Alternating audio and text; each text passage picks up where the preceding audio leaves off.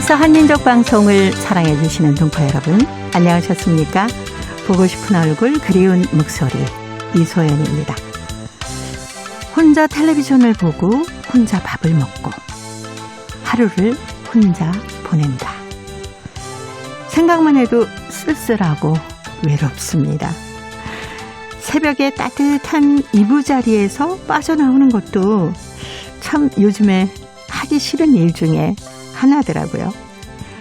그리고 뭐니 해도 이 계절에 가장 하기 싫은 건요, 누군가와 헤어지는 일이 아닐까 싶어요.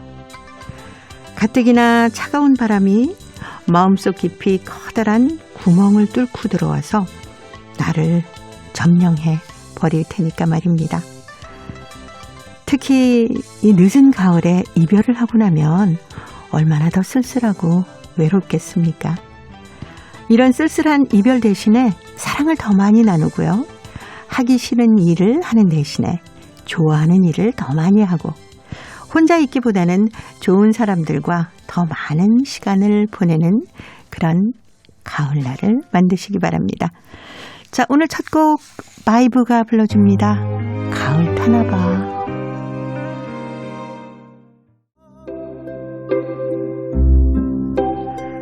동포 여러분의 편지 사연으로 함께하는 시간, 행복우체통입니다. 화요일에 행복우체통, 홍익대학교 글로벌 경영학과 전춘화 교수님이 편지 손님으로 나오시죠. 어서 오세요. 안녕하세요. 전춘화 교수님은 요즘에 나 이 일은 진짜 하기 싫어, 어떤 거 있어요? 저는 이제 집안 청소를 다 끝나야 뭔가 하루 일과 시작할 때 좀 편안하거든요. 그렇죠. 근데 가끔은 오늘은 청소 안 하고 그냥 나갔으면 하는 바람이 있긴 있습니다. 근데 매일 아침에 청소부터 싹 하고 움직이기 시작하시는 거예요? 네, 아침에 주로 이제 청소를 하고 그러면 돌아왔을 때 좀 집안이 깨끗하니까 느낌이 좋은 거죠. 그래서 저는 이제 하루에 뭔가 청소 안 하면 머리카락이 계속 눈에 이렇게 거슬리는 거예요. 그렇기도 합니다. 그래서 청소하고 옛날엔 다 손으로 닦았는데 요즘은 기계가 있잖아요. 네네. 그래서 한번 물티슈 닦고 그다음 기계를 하는 거죠. 부지런하시다. 예, 약간 좀 청소를 하려고 노력합니다.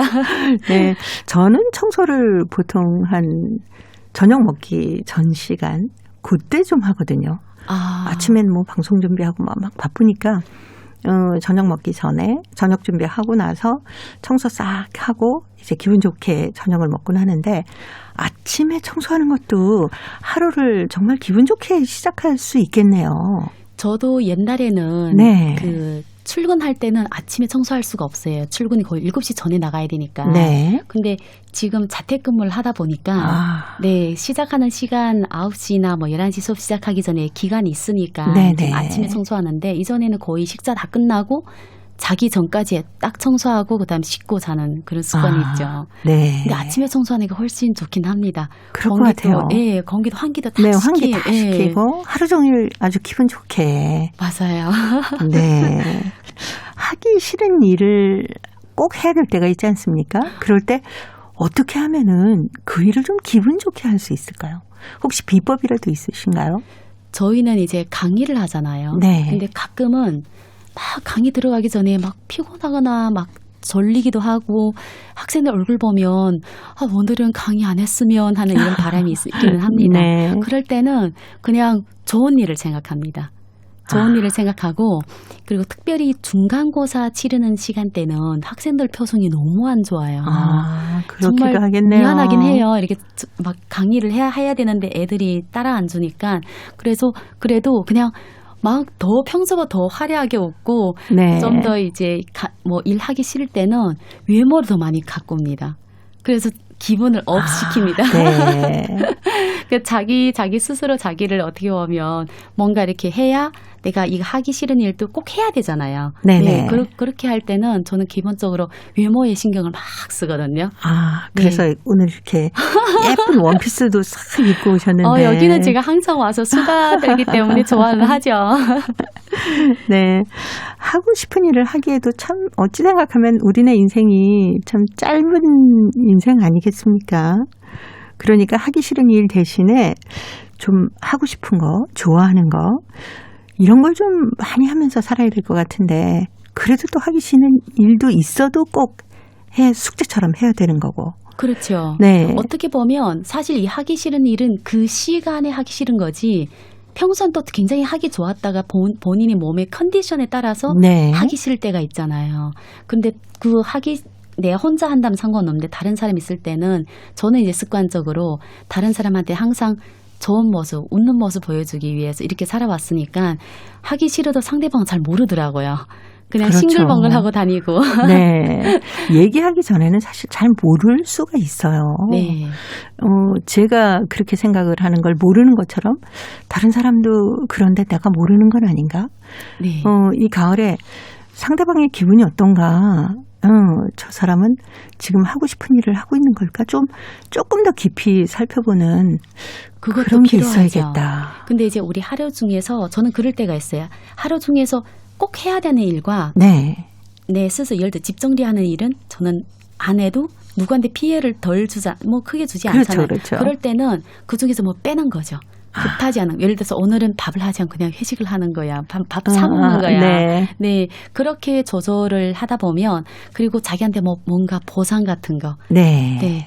저는 이제 지금은 사실 일을 다 좋아하니까 괜찮은데 이전에 막 꽃 같은 거 있잖아요. 네. 한 송이를 사다가 나한테 선물. 네, 그럴 때도 그것도 있습니다. 참 좋은 일입니다. 네. 저는 이제 복도에 네. 정기적으로 꽃을 바꿔요. 근데 이제 그 산 꽃을 사면 계속 주우니까 미안해가지고 네. 가짜 그 꽃을 조화로 된 거. 조화를 네. 그래서 요즘은 계속 여름철에 계속 해바라기 났다가 이제 가을 됐잖아요. 네. 다른 꽃을 지금 바꾸려고. 그럴 땐 저한테 주는 선물. 네. 네, 그렇게 생각합니다. 꽃으로 이제 기분을 이렇게 바꾸시는군요. 네, 집에 뭐 작은 나한테 뭐 액세서리 사주거나 네. 뭐 이렇게 꽃 사거나 이거는 시간을 많이 할애하지도 않으면서 기분이 뭐 안 좋아도 잠깐이면 되니까. 그렇죠. 네, 그렇게 해서 전환을 할 때가 많습니다. 네. 뭔가 조금 기분이 언짢다. 이 결혼 정말 하기 싫다 할 때는 뭔가 내가 좋아하는 일로 간단히 할 수 있는 일로 꽃을 사시는 것처럼 바꿔보는 것도 참 좋겠네요. 네, 맞아요. 저도 하나 배웠습니다. 자, 이제 행복의 채통 열어볼까요? 첫 번째 사연이 중국 길림성 화룡시 박병선 씨. 늘 떠난다던 아내라는 글인데 전춘아 교수님이 먼저 소개합니다. 30년 전 서발 막대기 휘둘러도 고칠 것 없는 나에게로 시집온 아내는 고생이 막심했다. 내가 근근히 밥벌이나 하다 보니 아내의 월급으로 달마다 집세를 내야 하고 결혼 때 내가 진 빚도 갚아야 했고 시어머니 약비와 친정어머니 생활도 보탬해야 했으니 정말 일전도 쪼개 쓰는 신세였다. 아내는 가난에 신물이 났는지 1년 후부터 못 살겠다는 말을 종종 하곤 했다. 결혼 때 아내에게 아무런 다시 하겠습니다. 결혼 때 아내에게 아무런 금은 장식품도 사주지 못한 나다. 가슴속엔 아내에 대한 미안함이 항상 체한 음식처럼 내려가지 않고 있었다. 결혼 5년 차의 어느 날 나는 아내 몰래 모은 비자금 몽고료를 내놓으면서 신신당부했다. 이제라도 이 돈으로 꼭 당신 마음에 드는 금목걸이를 사오. 결혼 선물이라고 생각하고 말이오. 이튿날 귀가한 나를 보고 아내는 만면의 웃음꽃을 피우며 말했다. 이거는 당신 외투예요. 올해 유행이라네요. 그리고 이건 딸의 본 네이고 금목걸이는 마음에 드는 게 없었어요. 천천히 사려고요. 그리고 남은 돈은 명년에 딸애가 유치원 다니면 써야겠어요.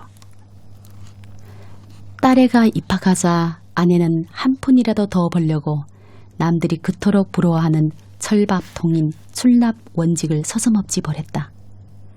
아내는 가냘픈 몸으로 남성들도 힘들어하는 집성제 공장에서 널판자를 나르는 일을 했다. 저녁 밥술을 넣기 바쁘게 또 조각칼을 들고 기계로 찍어낸 반제품을 조각하는 보업을 서너 시간씩 했다. 손바닥과 손가락에 물집이 생기고 나중에는 장알이 박혀 요사손 같지 않았다. 뿐만 아니라 딸의 중고 공부도 가르쳐야 했다. 10년 전에 한국에 나간 아내는 공휴일을 내놓고는 하루도 빠질지라 부지런히 일했다. 어찌도 열심히 일했는지 손가락 마디마다 뼈가 불룩하게 삐어져 나왔다. 언영부터 못 살겠다 하던 아내가 결혼한 지 30년이 되는 어느 날까지 이렇게 가족을 위하여 촛불처럼 몸과 마음을 불사르고 있다. 이 무능한 남편을 만나 정말 고생이 많소. 미안하오. 다음 생에라도 당신 은혜를 꼭 갚겠소. 그런 말 하지 마세요. 우리 가족이잖아요. 가족을 아끼고 사랑한 아내의 바다보다 넓은 흉금에 무엇으로 보답할까? 다만 살아있는 날까지 아낌없는 사랑을 하리라. 네, 늘 떠난다. 진짜 못 살겠다. 이렇게 얘기하던 아내가 마지막에 말씀하신 것처럼 우린 가족이잖아요. 이렇게 얘기하면서 누구보다 가족을 사랑하고 가족을 위해서 희생을 하신 거네요. 그렇죠. 네. 여자들은 사실 말이 항상 그 반대로 들어야 되잖아요. 못 살겠다는 것이 더 열심히 살겠다. 그런 뜻으로 받아들이면 좋은데 남자들은 항상 말 그대로 믿더라고요. 네. 결혼할 때 금은 장식 하나도 사주지 못한 게 미안해가지고 결혼 5년 차 됐을 때 원고료를 비상금으로 잘 모아서 금목걸이 사라고 했더니 아내들은 이렇다니까요. 그러니까요. 나가서 금목걸이를 아예 보지도 않았을 거고 네. 남편과 애한테 뭐 사줄까 그것만 생각하고 오신 거잖아요. 그러니까. 남자들도 사실 하기 힘든 일을 진짜 편지를 보내오신 박병선 씨 아내분은 억척스럽게도 열심히 하셨네요. 손에 굳은 살이 다 배길 정도로 열심히 하셨다고 하는데 우리 동포분들 중에 여자분들이 생활력이 참 강하신 것 같아요. 특별히 동포분들은 중국에 계시는 동포분들 보면 여자분들이 정말 여러 가지 일을 합니다. 남자분들은 거의 한 가지 일을 한다면 네. 거의 뭐 집안의 살림 맡고 또 일을 하면서 또 부업 일을 거의 다 하시더라고요. 저희 어머니도 쉬는 걸 못 봤어요. 앉아서 TV 보는데 손에서 계속 뜨개질을 하고 있어요. 그래서 어릴 때 보면 항상 바지를 됐던 게 옷이 됐다고 옷 됐던 게 또 우리 그러니까 그 색깔을 바꿔가면서 우리는 항상 새 옷을 입는 느낌인데 그게 다 엄마가 그렇죠. 어떻게 보면 그 쉬는 시간 없이 했던 거거든요. 그래서 한 70대, 60대 분들 보면 생활력이 여자들이 더 강합니다. 네. 그 뜨개질 얘기를 하시니까 저도 생각나는 게 어머니께서 이제 제 스웨터를 떠주세요. 네. 그랬다가 이제 제가 커서 작아지잖아요. 그럼 그걸 또 다 실을 풀러서 네. 뜨거운 김에 쐬면은 그 꼬불꼬불했던 실이 쫙 펴지지 않습니까? 맞습니다. 그럼 그걸로 또 동생 스웨터를 차시는 거예요. 맞아요. 저희는 저희는 온 생각납니다. 가족이 거의 다 다양한 색깔로 되어 있어서 네. 아버지 것이 다음 해는 언니 거가 되고 네. 아무튼 그때 실은 참 튼튼했던 것 같습니다. 끊어지도 않아요. 네, 가족들을 위해서 참 고생하고 희생하는 어머니의 모습을 보면서 그래도 박병선 씨는 정말 고맙소. 당신이 있기 때문에 오늘날에 우리 이런 행복이 있는 거요. 내가 죽는 날까지 사랑하리라. 이렇게 말씀을 해주시면 얼마나 좋습니까? 그렇죠. 사실 그 남자들이 표현을 잘 안 해요. 잘 못하죠. 네, 네. 안 하기 때문에 마음속으로 생각한다 하는데 결혼해 보니까 이게 표현을 안 하면 정말 모를 때가 많아요. 그래서 오히려 여자든 남자든 표현을 계속 해야 됩니다. 그래서 아내분이 이 편지를 들으면 아마 그동안 고생했던 것이 싹 다 사라지고 행복하다고 생각할 것 같습니다. 네, 그게 참 처음이 좀 쑥스럽지. 여보 고마워, 수고했어 라는 말은 한 번 하시고 나면은 그 뒤에는 정말 고마운 일이 있고 아내에게 고맙다고 얘기해야 될 때 자연스럽게 나올 수 있거든요. 그렇죠. 네. 오히려 서방 국가 보면 뭐 그냥 애칭도 부르고 네. 사랑한다 말 쉽게 하고 포옹도 쉽게 하고 그런 것도 우리가 좀 따라해야 되지 않을까 하는 생각 많이 들거든요. 네. 특히 또 우리 좀 윗세대 어르신들은 그런 표현이 훨씬 더 서툴고 힘드신 분들이어서 예전에 남자는 이렇게 좀 진중해야 돼. 맞습니다. 라면서 교육을 받으셔서 그런 게 아닐까 싶어요. 잘 대해주면 안 된다는 생각 가지고 있어서 어떤 분들 그러잖아요. 다 그렇게 살았어 막 이러면서 너 당신만 고생한 줄 알아. 나도 고생해서 막 이렇게 얘기하는 분도 있잖아요. 네. 박병선 씨를 비롯해서 아마 많은 남자분들이 마음속에 그런 생각을 갖고 있어도 좀 쑥스러워서 말을 못 하시는 경우도 있을 겁니다. 그래서 라우나의 노래로 대신해 드릴게요. 아내에게 바치는 노래.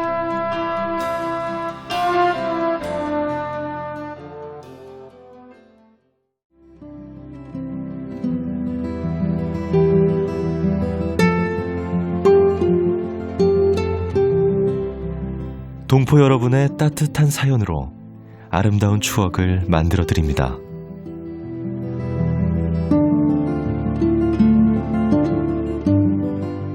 보내실 곳은 대한민국 서울특별시 영등포구 여의공원로 13 KBS 한민족방송 보고 싶은 얼굴 그리운 목소리 담당자 앞이고요. 인터넷 주소도 알려드립니다. KBS 홈페이지 www.kbs.co.kr에 접속하신 다음 라디오, 한민족방송, 보고 싶은 얼굴 그리운 목소리를 순서대로 클릭하신 다음 청취자 참여 코너에 글을 남기시면 됩니다.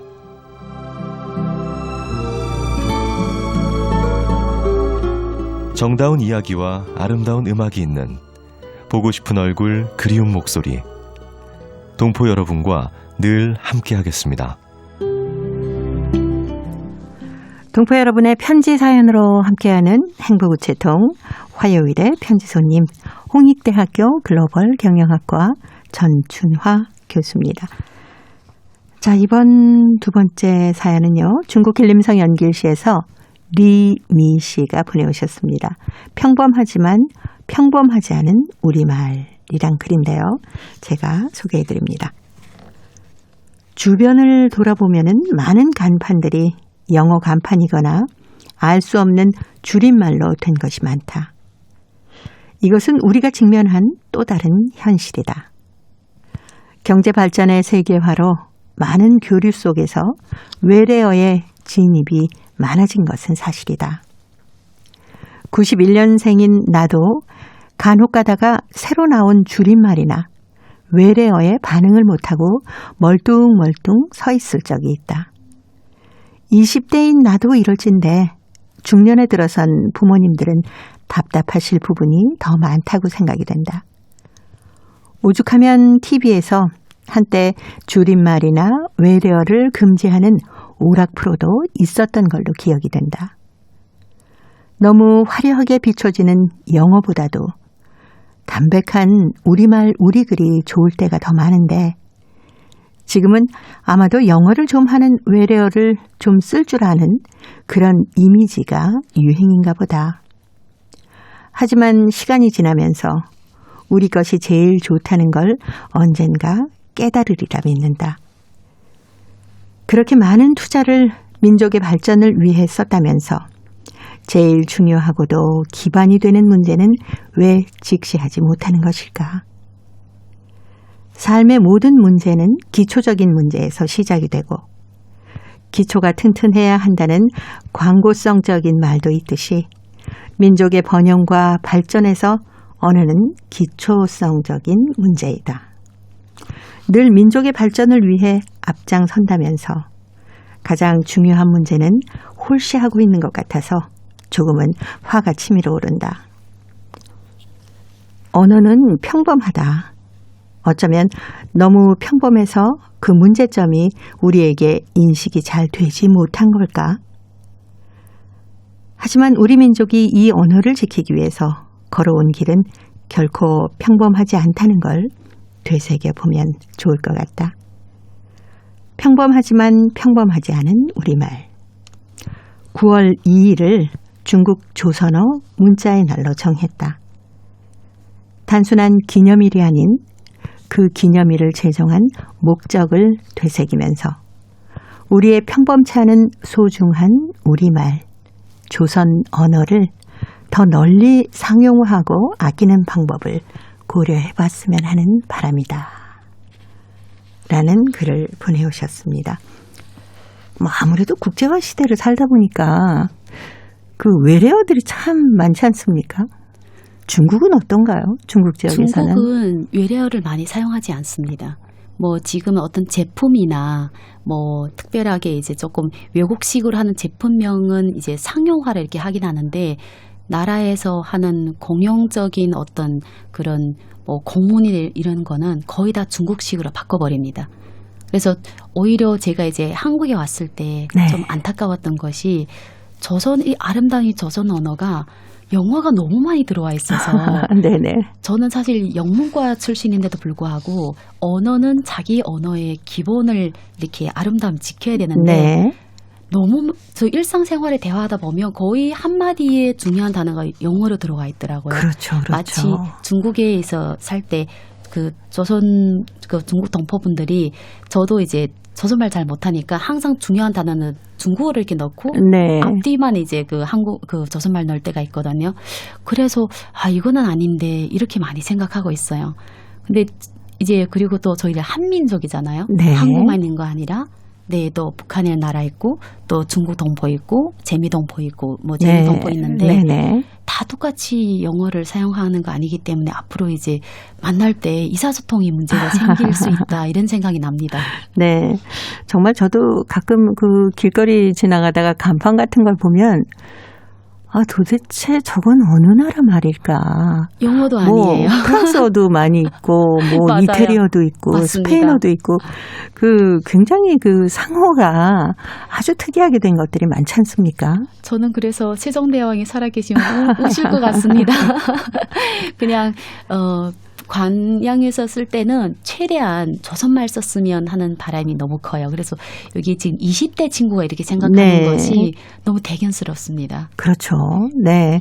특히 또 중국 지역에 살고 계시는 동포 여러분들은 우리말과 글을 지키기 위해서 노력을 많이 합니다. 유치원 때, 소학교 때 특별히 또 조선족 학교에 보내시고 이런 분들이 많지 않습니까? 그렇죠.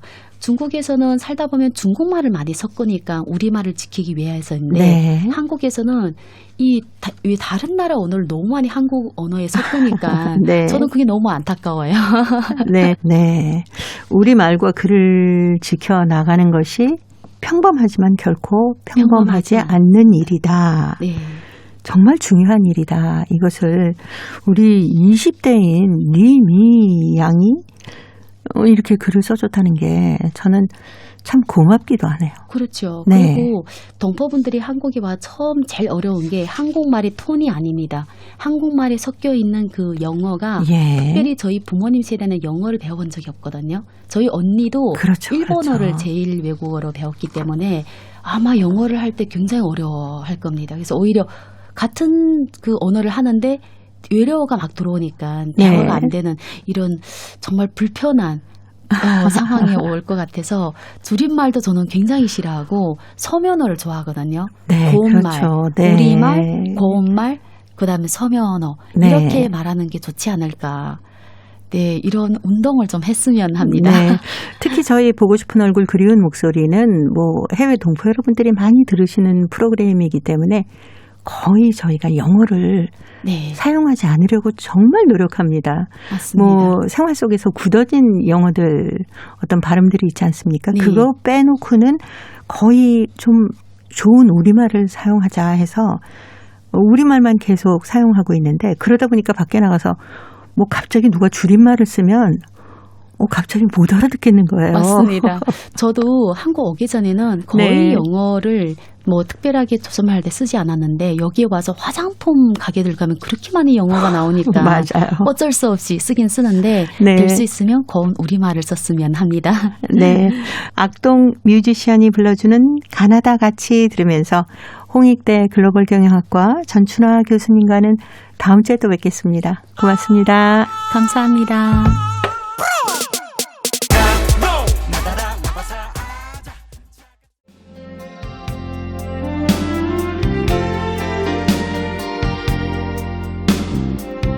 KBS 한민족 방송은 7천만 온결의 꿈을 담습니다. 지구촌 곳곳으로 뻗어나간 한민족의 중심 채널 KBS 한민족 방송은 더 나은 미래를 위한 초석이 되고자 합니다. 여기는 대한민국 서울에서 보내드리는 KBS 한민족 방송입니다. KBS 한민족 방송 보고 싶은 얼굴 그리운 목소리 함께하고 계십니다. 자, 이제 동포 통신원들과 전화를 연결해서 여러분 계신 곳에 새로운 소식을 듣겠습니다. 통신원 리포트인데요. 오늘은 중앙아시아 카자흐스탄과 러시아 사할린 지역의 소식을 준비했습니다. 먼저 카자흐스탄의 김상욱 통신원 만나보도록 합니다. 김상욱 통신원 안녕하셨습니까? 예, 안녕하세요. 반갑습니다. 네, 반갑습니다. 카자흐스탄의 국회하고 지방의회에서 활동하는 고려인 의원 그리고 동포 단체장들이 한자리에 모였다면서요? 고려인 협회가 주최한 국가의 책무와 정책이라는 주제로 열린 포럼에서 모였는데요. 네. 카자흐스탄의 이제 정 또 관 재계뿐 아니라 NGO 등에서 활동한 지도자 대거 참석하였습니다. 카자흐스탄 고려인 협회는 이제 지난 1일 네. 우리 카자흐스탄의 현역 하원 의원인 이유리 의원, 김베라, 그 다음에 또 저 카스피의 석유 항구인데요.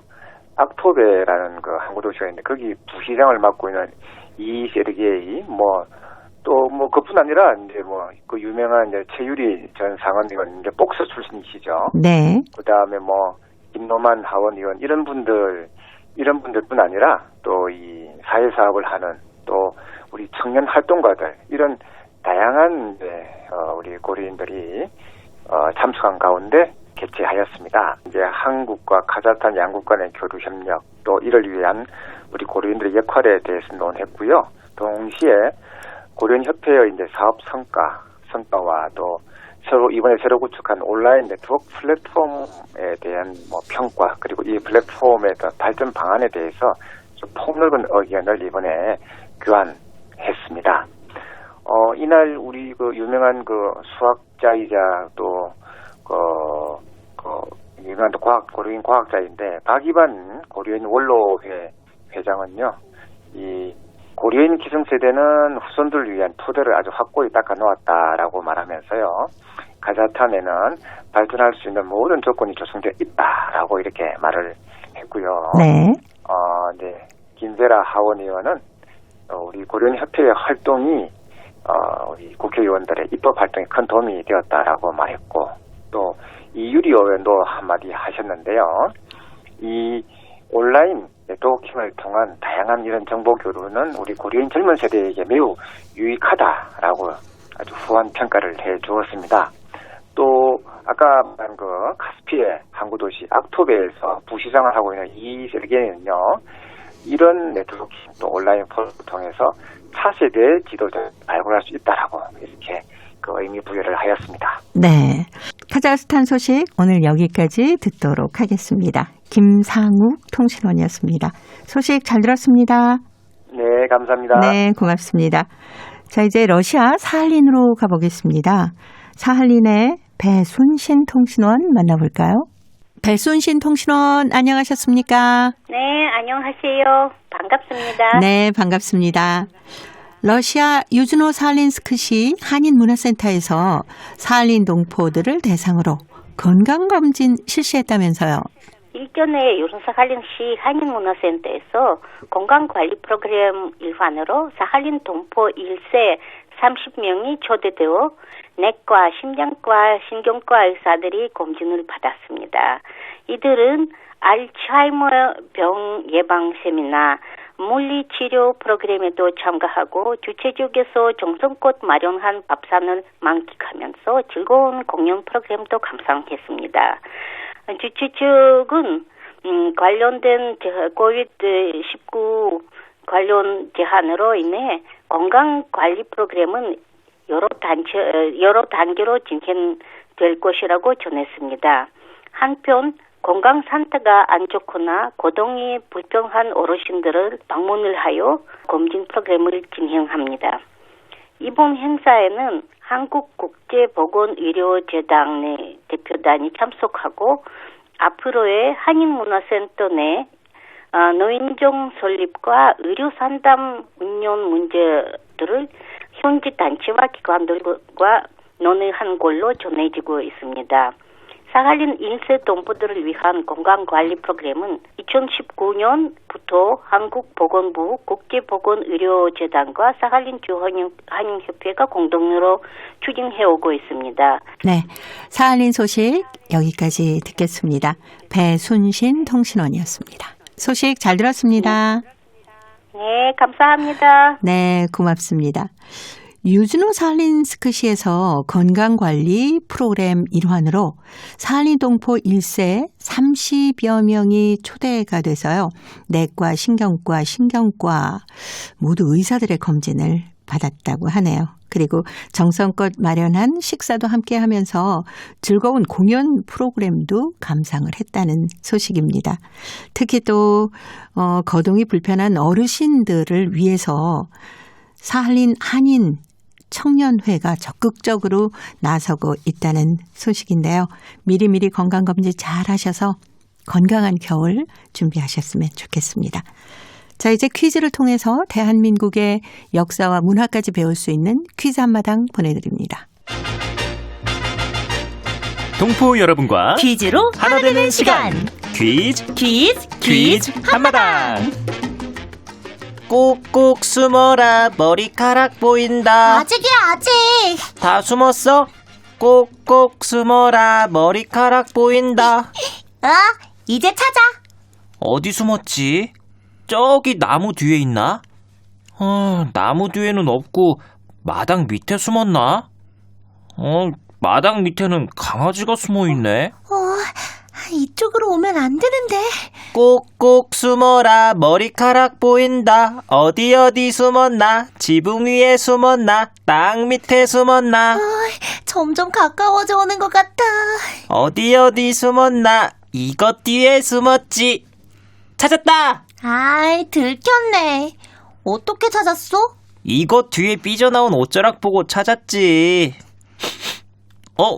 근데 이게 무슨 냄새야? 응? 무슨 냄새가 난다고 그래? 이상한 냄새가 나는데? 이상한 냄새? 이거 된장 냄새 아니야? 된장 냄새가 왜 여기서 나? 엄마가 햇볕이 좋다고 이것 뚜껑을 열어봐서 그렇지. 근데 왜 된장에서 이렇게 이상한 냄새가 나지? 뭐가 이상하다고 그래. 구수하기만 한데. 너네 집 된장은 여기에다가 보관 안 해? 응, 우리 집엔 이것 없어. 우리 엄만 냉장고에서 된장 꺼내던데? 너네 집은 아파트니까 그렇지. 이것에다 보관한 된장이 얼마나 맛있다고. 한번 먹어볼래?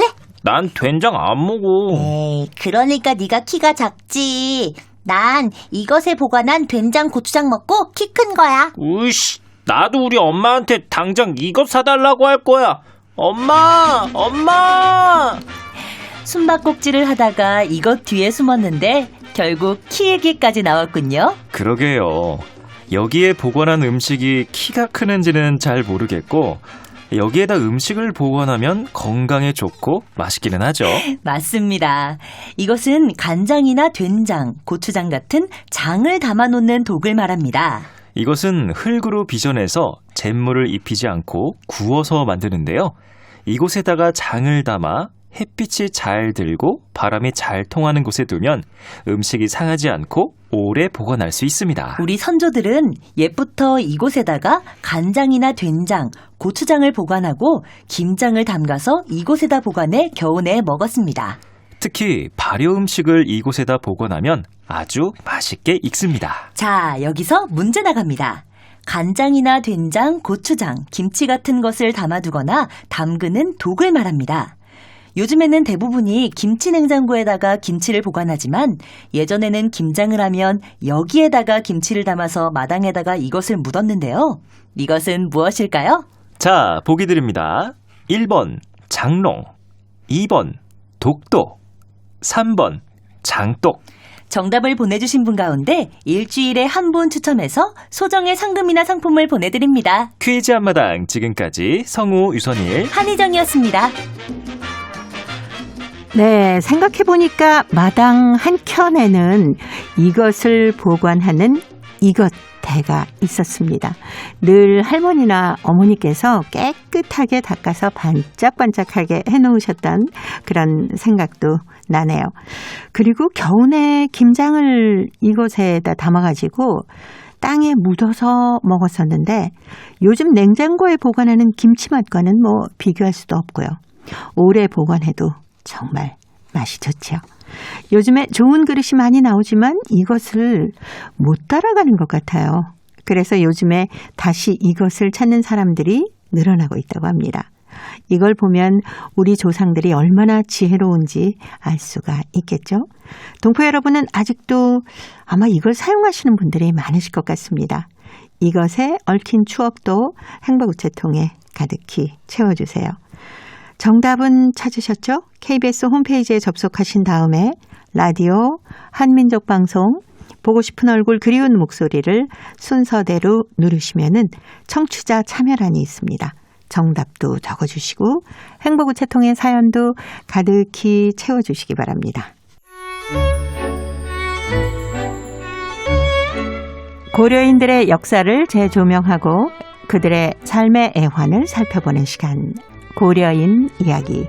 사단법인 고려인 마을 역사유물전시관의 김병학 관장님 전화 연결해서 만나 뵙도록 하겠습니다. 관장님 안녕하셨습니까? 네, 안녕하십니까. 자, 홍범도 장군의 일대기 그리고 흉상 건립 내력을 다룬 신문 기사도 전시가 됐다라고 하는데 어떻게 전시가 됐었습니까? 네, 이것은 제가 신문사에서 일을 했던 관계로 네. 이렇게 수집을 할 수 있었던 건데 홍범도 장군 흉상이 1984년에 이렇게 세워졌습니다. 그 전에는 흉상이 없이 시멘트로 된 1m 남짓 되는 그 비석 그리고 새로 된 이렇게 울타리만 조그맣게 있었는데 그것도 1951년에야 또 처음 세워졌죠. 그 전에는 홍범도 장군이 1943년 그러니까 제2차 대전 전쟁 중에 돌아가셨기 때문에 네. 묘가 아주 방치돼 있었고 훼손돼 있었습니다. 그래서 그때 그 이인섭이라는 독립운동가가 모국어 신문사에 연락을 해서 우리 민족의 영웅의 묘를 이렇게 방치할 수 있느냐. 그래서 모국어 신문사 사원들이 홍범도 장군 분묘수리 위원회를 만들어가지고 모금운동을 해가지고 1951년 10월 25일 홍범도 장군 기일 때 그때 처음으로 시멘트로 비석을 세우고 당시에 거기는 나무가 부족해서 돌도 좋은 게 없어서 시멘트로 세웁니다. 네. 세우고 거기에 울타리를 만들고 했는데 그 뒤로 또 많은 세월이 흘렀어요. 그래서 80년대에 김국천이라는 레닌기치사 부주필이 있었는데 이분이 홍범도 장군 우리 민족의 영웅의 동상을 세우자 그때 반대가 많았습니다. 왜 그러냐면 이게 소련의 민족주의자로 몰리면 이게 반역이었거든요. 네. 그래서 민족주의자로 몰리면 불이익을 당할 게 두려워해서 몸을 사렸는데 김국천 부주필이 이분이 정말 그 위험을 무릅쓰고 나서서 설득을 해가지고 1984년에 그때 흉상을 세우고 했는데 그때 흉상을 세우면서 이제 홍범도 장군 일대기 흉상 건립은 어떻게 되는가 이 기사가 신문에 레닌기치 신문사에 비교적 큰 지면에 실렸는데 그것을 이번에 그 전시를 저희들이 했었죠. 예. 이 레닌기치 신문에는 뭐 우리 고려인 동포들의 역사가 그대로 다 담겨 있겠네요. 그렇죠. 강제이주 돼가지고 우리 고려인들이 모국어로 펴내는 유일한 신문이 레닌기치 하나였거든요. 네. 강제이주 이전에는 이제 연해주에 크고 작은 17개 신문이 있었고 그렇지만 물론 선봉이라는 큰 신문 외에 이제 나머지는 조그만 지역적 특성을 벗어나지는 못했지만 그래도 연해주에서 누리던 것과 달리 강제이주 이후에는 단 하나의 모국어 신문 레닌기치밖에 없어서 고려인의 모든 역사는 그 신문에 담겨질 수밖에 없었습니다. 크든 작든. 그래서 우리는 그 신문을 통해서 고려인이 그동안 살아온 역사와 문화와 전통과 의식 모든 것을 우리가 확인할 수 있지요. 그래서 여기에 당연히 홍범도 장군 관련 기사도 실리는데 흉상 건립 내력 이게 이번에 실리게 됐고 또 그걸 우리가 소장하고 있어서 이번에 홍범도 장군 특별전 때 이 부분도 전시를 하면서 홍범도 장군의 그 묘가 우리나라로 유해봉환되기까지 어떤 식으로 변천해 왔는지도 설명을 해드릴 수 있었습니다. 네, 어떤 내용으로 어떻게 실렸는지도 궁금합니다.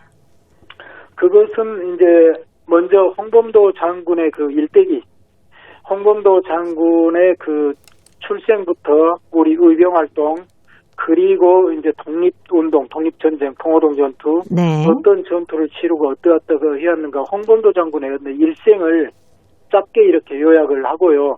그 뒤로는 이제 이 흉상을 어떠한 계기로 건립을 하게 됐고 어떤 분들이 지원을 했고 누가 조각을 했고 그렇게 돼서 신문사에서 이렇게 하게 됐다. 그 이야기인데 물론 이제 여기에는 조금 우리가 더 보완해야 될 게 있습니다. 왜 그러냐면 당시에 이제 김국천이라는 그 부주필 당시 부주필은 아니고 그분이 아마 부주필 물러난 뒤였는데 그분이 이렇게 헌신해 가지고 설득을 하고 해서 이렇게 했는데 이제 그분의 이야기는 생각보다는 이렇게 많이 안 되고 조금 축소되어 있습니다. 신문사에서도 개인만을 이렇게 부각시키기는 그렇고 고려인 단체나 여러 기관도 이렇게 균형을 맞추다 보니까 그 부분은 좀 밋밋하게 나왔습니다만은 김국천이란 분이 전적으로 헌신해서 그 동상이 세워졌던 것입니다. 네. 그럼 그때도 우리 그 지역의 많은 고려인 동포 여러분들이 흉상 건립에 기금을 많이 기부도 하셨겠네요. 그랬죠. 그때 이 고려인 단체나 대표들, 예를 들어 신문사나 극장이나 또 여러 가지 고려인을 대표하는 또는 학술의 어떤 대표나 이런 분들이 대표로 또 그리고 고려인 어떤 집단농장 이런 대표들이 많이 그 기부를 했고요. 조각도 이렇게 맡기고 이런 과정에서 또 그렇지 않습니까? 그 당시에 모든 걸 이렇게 진행을 하는데 절차가 또 필요했기 때문에 시간이 또 많이 느렸습니다. 그래서 그게 한 2, 3년 이렇게 긴 과정을 거치면서 84년에 흉상 건립이 이루어지게 된 거죠. 그리고 그것이 고려인을 대표하는 어떤 유일한 그 흉상으로서 그 흉상이 고려인들의 독립운동을 대표하기도 하면서 고려인을 대표하는 얼굴로도 이렇게 오랫동안 우리에게 각인이 되었었습니다. 그리고 또 그 홍범도 장군을 기리는 고려인의 시도 전시가 됐다고 하는데 어떤 분이 쓰신 거예요? 예, 이번에 그 우리가 파트를 2개 파트로 나눠서 전시를 했습니다. 하나는 홍범도 장군의 어떤 그 뭐랄까요? 삶의 이력을 보여주는 거. 홍범도 장군의 원본 사진이나 홍범도 장군의 회상기나 문서나 이 위주로 전시를 했고요. 다른 쪽 부스는 연극으로 되살아난 홍범도에서 홍범도 장군이 생전에 42년에 연극 무대에 홍범도라는 연극이 올라서 많은 감동을 줬지 않습니까? 그래서 연극 관련해서 자료들이 있어서 그걸 전시를 했고 또 한편에는 이제 문학 작품으로 많이 또 표현이 됐거든요. 이미 1960년대 장편 소설로도 나와서 연재가 또 되기도 했고 또 홍범도 장군을 기리는 시도 나왔고 또 신문 기사에 여러 가지 홍범도 관련 이 작품들이 나오게 됩니다. 근데 소설이나 이런 것들은 어떻게 전시를 하기가 좀 애매해서 그래도 홍범도 장군을 이 기리는 대표적인 시를 이렇게 전시하면 좋겠다는 생각이 들고 또 하나는 이 시가 당시 고려인들이 느끼는 홍범도 장군을 흠모하는 그 마음을 시로서 잘 표현해주고 있어서 그 리상희 작가가 쓴 그 시를 2편을 저희들이 이번에 전시를 했습니다. 리상희 작가는 그분도 굉장히 소련 시대 때 탄압을 많이 받고 시베리아 유영소에도 갇히고 그렇게 탄압을 받았던 지식인인데 이분은 레닌 기치사에 나중에 들어가서 이 한글 문학 평론가로 활동하면서 우리 고려인 문학의 발전에 대단히 공헌을 하신 분이거든요. 근데 이분이 홍범도 장군을 흠모를 해서 이미 1970년대, 80년대 홍범도 장군 관련 시들을 썼는데 네. 그 중에 하나가 홍범도 장군 동상 앞에서 또 하나는 홍범도 거리에서라는 그 시를 실었거든요. 네. 제가 시간이 어쩔지 모르는데 짧은 시 홍범도 장군 동상 앞에서를 하나 낭송을 해보겠습니다. 예. 홍범도 장군 동상 앞에서 리상희 오늘에는 횃불같이 동쪽에서 번쩍 내일에는 번개처럼 서쪽에서 번쩍 세 나라 국경을 넘나들면서 자유와 평등을 찾으려고 의병대 거느리고 사방으로 돌아다니며 신출 귀몰하던 기묘한 전술 간 곳마다 원수의 간담이 싸늘하도록 뇌선 경력으로 우르렁거리며 하늘 땅을 뒤흔들던 보람찬 그 활동 장엄한 전투여 빛나는 읍적이여 이 산 저 산을 뛰어넘으며 정의로운 투쟁에 몸바친 일생 홍범도 장군의 찬란한 공훈은 전설로 빛나는 역사가 되었으니 사람들 가슴에 깊이 간직되어 후대에 길이 전해지려니 당신의 후손들은 오늘날 장군님의 거연한 동상 앞에 의젓이 머리 숙여 절하나이다. 딱 이분이 정말 홍범도 장군을 흠모했던 것 같습니다. 그래서 네. 이건 좀 짧은 시, 이렇게 홍범도 장군 동상 앞에 썼던 시를 낭송을 했습니다. 네. 시를 쭉 듣고 있다 보니까 홍범도 장군님이 어떻게 생활을 하셨고 또 고려인들에게는 어떤 분이셨는지 그대로 느낄 수가 있네요. 정말 홍범도 장군을 고려인들이 어떻게 존경하는지 네. 어떤 소설가는 비판 아닌 비판을 받을 정도로 홍범도 장군을 홍길동을 만들어버렸다 이런 비판을 받을 정도로 네.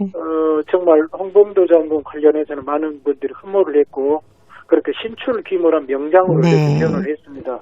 네, 고려인 이야기 오늘도 사단법인 고려인 마을 역사유물전시관의 김병학 관장님이었습니다. 다음 주에 또 뵙겠습니다. 네, 감사합니다. 네, 고맙습니다. 하현상이 불러주는 바람이 되어 드리면서 저도 인사드립니다. 함께해 주신 동포 여러분 고맙습니다. 그댈 닮은 저 시린 꽃잎이